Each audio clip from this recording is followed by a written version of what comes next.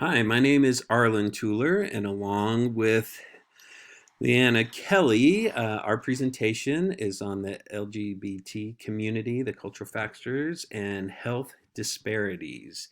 Um, yeah, there's not real any good surveys that come up with kind of the numbers of the LGBT community, but there was a Gallup poll in 2017 that concluded that 4.5% of adult Americans identify as LGBT, and 5.1% of women, as compared with 3.9% of men. And so it does include gay, lesbian, bisexual, and transgender, and a lot of them suffer some economic disparities, issues about healthcare, and those things. And with transgender, the population in Utah is 0.36%, or roughly 7,200 individuals, which is less than the national average.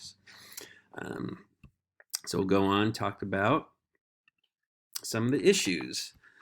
Uh, so, talking about how they're portrayed in the media. Over the years, definitely things have changed, and they are tending to be on the uprise for the positive. There was a survey just conducted in Mexico and the five South American countries that 8% said they had watched some form of media that gave them a greater understanding of the LGBT group, and 73% of those who are non-LGBT participants expressed viewing these narratives on screen made them feel more comfortable with the community. And among the LGBT participants, 87 believe that the media more accurately reflected their group than just 2 years prior. And also viewing these characters and medias promote greater understanding and acceptance of the community, as long as it's portrayed accurately. Inaccurate portraying the LGBT community can definitely impact them and contribute to them being misunderstood. There's still a stigma surrounding HIV, and also there is a significantly less number of LGBT characters portrayed in the media. Um, Now, family support is actually very important. If they get good support, they have far better outcomes from families. Um, so, according to a study, a paper by Newcomb, the LGBT adolescents who recognize and have a solid support from their family are inclined to have stronger mental health and lower risk of substance abuse, um, and avoid risky sexual behavior. Um, and the Human Rights Campaign found that these adolescents whose families support their gender identity and sexual orientation are almost 50% less likely to attempt suicide compared to those with whose families that oppose their lifestyle. Now, peers also have a great support, especially if they do not have good family support.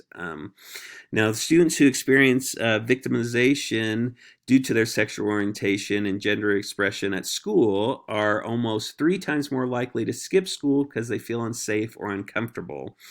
And they also exhibit lower levels of academic accomplishments, which includes lower GPA, and have a lower self confidence and greater issue with depression.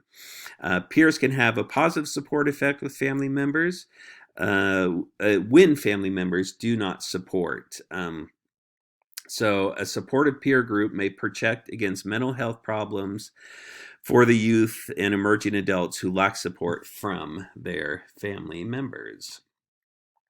Um, Talking about kind of the cyclic nature, does this, run in families, that sort of thing. There was a slight role that genes play. There was a PBS publication that, according to the study, inherited genes can only explain 8 to 25% of why individuals have same-sex attraction. They also stated this study that in addition to other studies further confirm that sexual attraction is decided by biological, psychological, or life experience. However, this research did not offer many insights into gender identity. There's also much debate about the root cause of being transgender. Um, Wu and Weibostock's state research indicates that brain structure is different in individuals who identify as being transgender, i.e., transgender women tend to have brain structures similar to cisgender women rather than cisgender male brain. This also indicates that studies reveal that transgender individuals are both attributed to genetic and biological, not sure to what extent as of yet. Now, with the legal and political system, there's definitely the LGBT community has struggles in this country and in others. There's a variety of different kind of laws as far as locally, state, and national levels. For instance, this year, anti-transgender legislation has been introduced in almost half of the states, including bills in more than 15 states that would forbid or even declare it illegal for physicians to provide certain medical care for transgender youth. Currently, federal law does not provide non-discrimination protection based on sexual orientation or gender identity.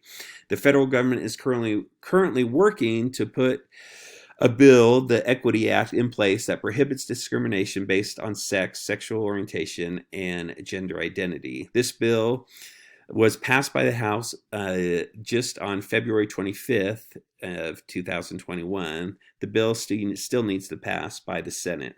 For many, the Equity Act is seen as an important step to end the uncertainty mishmash of state laws on discrimination surrounding an individual's gender identity. Now,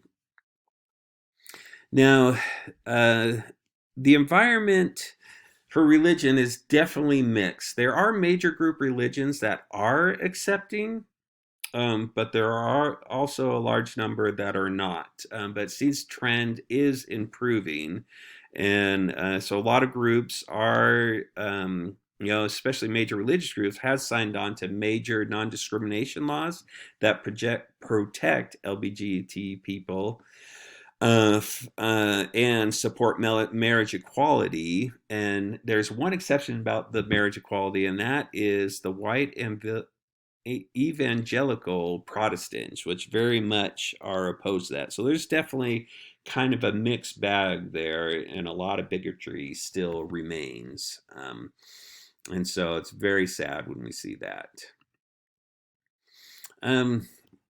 Seems like things are progressing well here in the States, and it was a really sad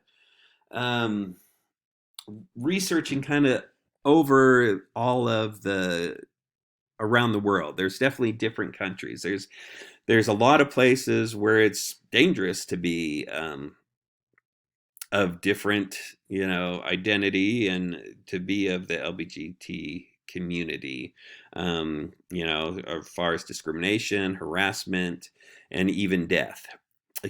According to the Human Rights Watch in 2020, there's still many places that are not safe. Some of these places are Uganda, where an LGBT rights activist, his name was Brian Waswa, he was brutally murdered. And then there was other ethnic ministers threatened to reintroduce a bill that would include the death penalty for grave consensual same-sex acts. Luckily, this did get retracted. And also during the COVID time in Uganda, there was 19 homeless gay and bisexual transgender people that had spent 2 months in a prison on spurious charges of violating COVID-19 related curfews just because they were forced out of their family home, had nowhere else to go. But police decided that for them, living in a shelter was a crime. So just a sad state of affairs. Other countries have hateful laws and acts that have been committed in Panama, Ukraine, Senegal, Tanzania, Russia. It's just there is just a lot of discrimination. And between 2008, January 2008, and October 2014, there were 1,612 reported killings of trans people in 62 countries. Over 78% of documented murders were in Central and South America. Another state was really sad, kind of a progressive country, you think, but in Japan, transgender people are forced to be sterilized to qualify for legal documents reflecting their gender identity. So just you think that wouldn't happen in those kind of countries. So with health disparities, the LGBT people experience several of them. And they're at higher risk of certain health conditions, have less access to health care, and have worse health outcomes. Social economic status, because this population experienced lower educational attainment and employment, they also experience poor health. They're less likely to go to the doctor if they do not have health insurance. They are also less likely to receive health-rated care due to feeling discriminated against.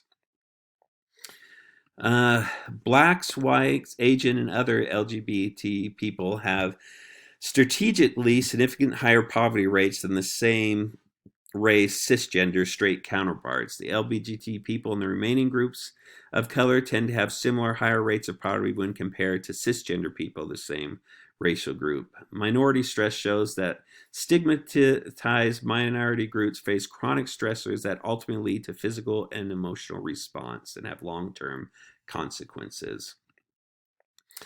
So LGBT youth who report not hearing their parents use religion to say negative things about them were at significantly reduced risk of attempting suicide in the past years, regardless of whether religion was important to them. So it's just how the parents interact with their children that is important.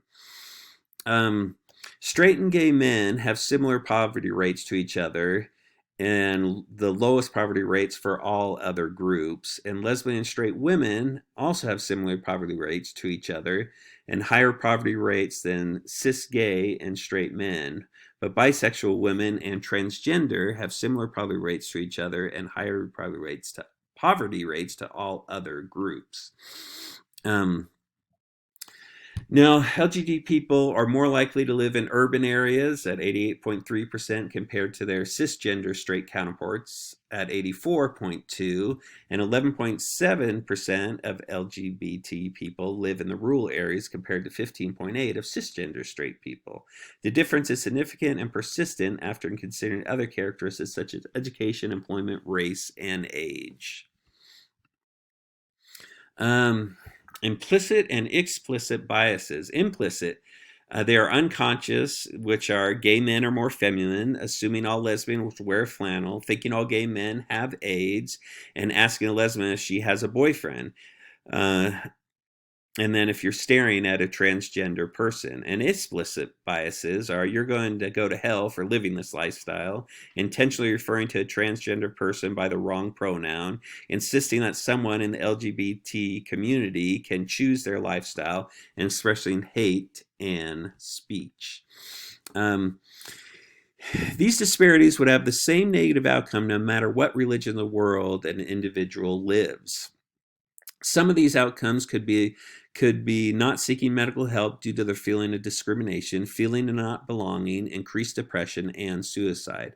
A doctor in Arkansas that tells a transgender woman that at first they thought they were a real woman would have a similar effect on a transgender woman in China. A family in Italy that disowns their child for being attracted to someone of the same sex would have a similar outcome if they happen to be in Oregon. Thank you for letting us present this, and here are all of our references. Thank you very much.